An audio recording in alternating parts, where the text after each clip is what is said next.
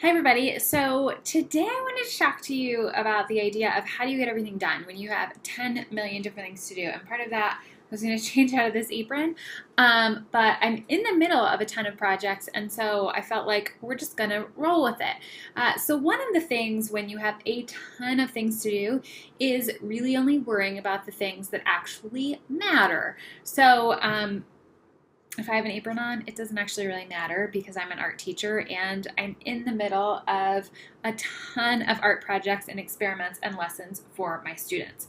But I wanted to share with you just how I go about planning a week and then how I get through that week. So for those of you that don't really know me, I'm going to tell you a little bit about who I am and what I do so you understand all the things that I'm kind of trying to balance and why these techniques work for me.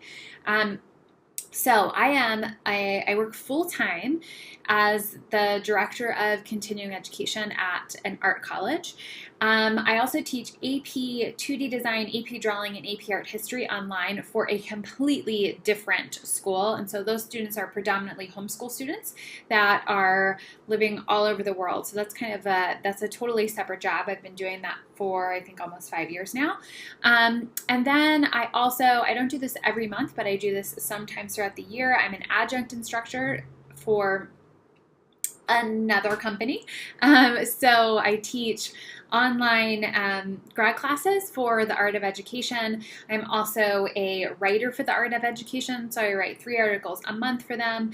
And then I do some compliance work. When I have time, I run a textile business, and that's kind of how I roll. So it's a lot of jobs, all that are wonderful and all that are related to art education and things that I'm really passionate about. But I have to be very, very intentional with my time and my schedule to make sure that everything gets done when it's supposed to get done. I hate doing things last minute, and I absolutely hate turning things in late. Like, that is totally not okay with me.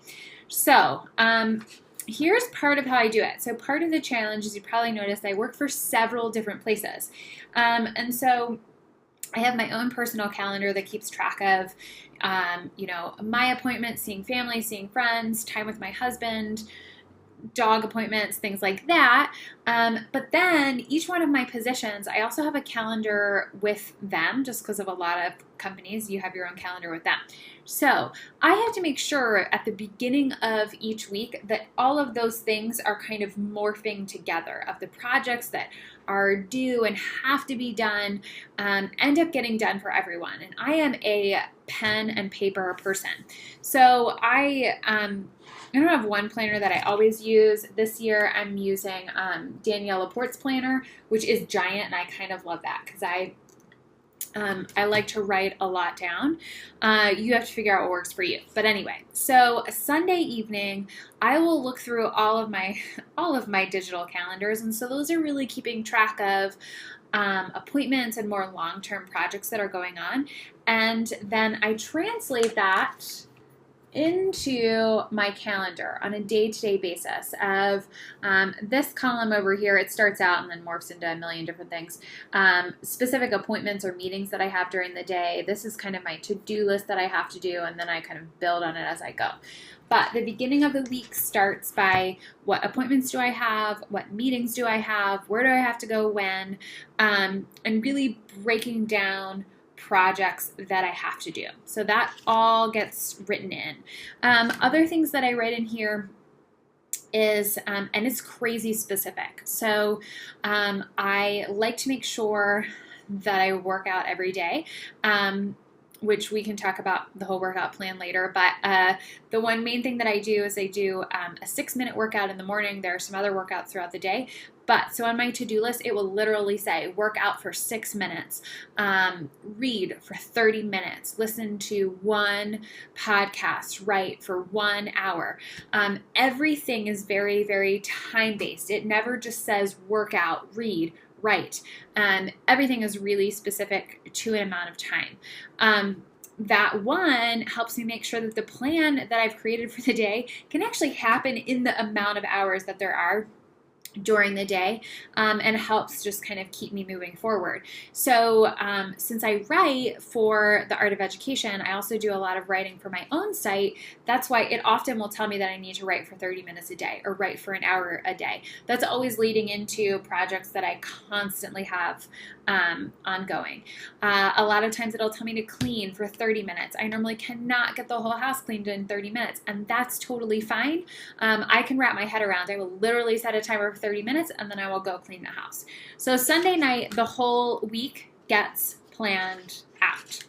Then the other thing that happens, so the other reason that I really love having the whole week planned out is, so sometimes I might on Monday sit down and I am just like really, really into writing. Like it's flowing, it's coming much more easy than it usually does.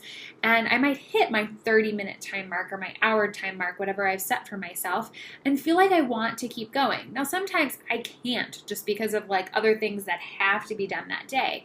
But if I can, I will keep the timer going, because as I look through the week, I will see that maybe for the week in total, I'm supposed to write for 5 hours.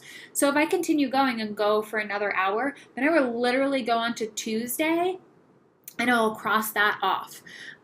So it allows me some kind of flexibility that I can respond based on my mood, based on what I'm into, that maybe on Monday, I might be like crossing some things off that are on Wednesday's to-do list. And that's fine, because I kind of know that throughout the week, my to-do list will end up balancing themselves out. So I come up with a general plan, but I still like to allow that flexibility to respond to kind of my mood. So even like I had some compliance work that I needed to do, and that really is deep thinking for me. And so the week just didn't really end up that I had a lot of time for this really like serious deep thinking that I needed to do. So on Saturday became a lot of compliance work for me, and I was literally going back through and crossing off, like starting on Monday and getting that done. The other thing that I do, so I create a very strict plan for Monday through Friday. Saturday and Sunday normally do not have much on them. So the only thing Sunday had is I know that I had some grading that I had to do just based on due dates and timing and things. But other than that, like Sunday is pretty open. So I always like to leave it that way. Now, like if I have a specific event or something going on the weekend, I obviously write those down. There's 2 reasons that I like to leave the weekend fairly open. One, it is important to try and take some breaks whenever you can. So it's a little bit of an effort to take a break. Often it becomes a time where I end up hanging out in my studio, because that feels like a break for me. That can turn into work, but it feels like a break for me. And then the other thing is that's kind of my like saving space. So we all know that we can have brilliant, well-laid plans for the week, and they can get derailed. So you might get more phone calls or more emails than you expected. You might get, like Friday, just as I was about to leave, I got an extra project that I needed to do. Some of those things are sort of unpredictable because you cannot control what the whole universe does. So Saturday and Sunday gives me a little bit of room to then re-go through. I will literally go back to Monday and be like, okay, so what is on Monday that still isn't crossed off? And let me get that done. What is on Tuesday that still isn't crossed off? Let me get that done. The other thing is that sometimes I will realize I'll be going back through and see things that aren't crossed off. And part of what that tells me, it actually wasn't that important. Like, I thought it needed to get done. It didn't really need to get done. And like, it may never get done because priorities may have shifted in that week. And if I could ignore it all this time and wanted to ignore it all this time, then maybe I don't actually have to do it. You can't always push that off, but that's also a helpful test for me.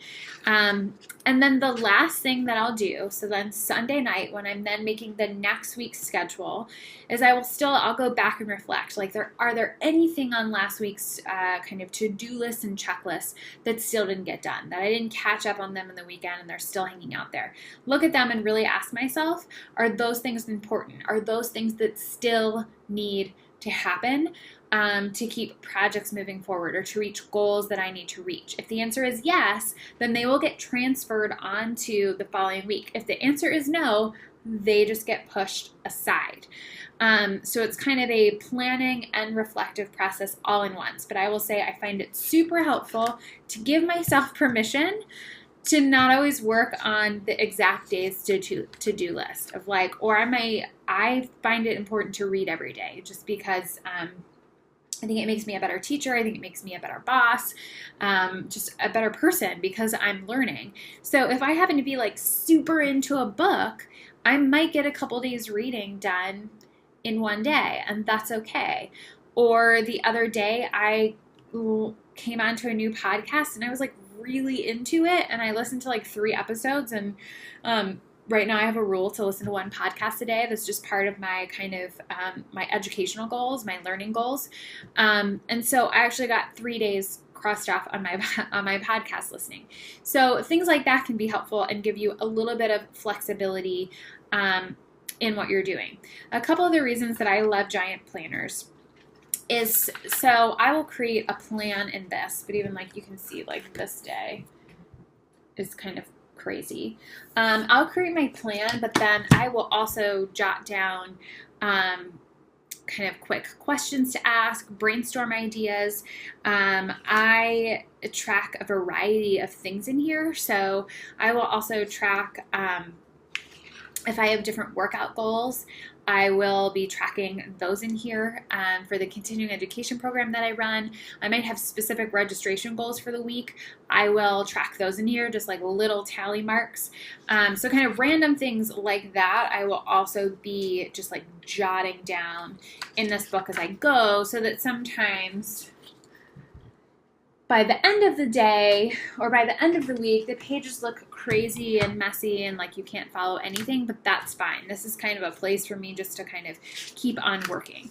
So to review, my tips for you as you're trying to balance all of the things is 1, come up with one place, even if you have multiple places that are going on at a time, one place that really dictates what you follow for the week. 2, get super, super specific on what you're doing. How much time you're spending doing that thing each day. How much time are you committing to it? And write that down, especially for things that you don't like doing, but still have to happen. Write down an amount of time that you're going to make that happen.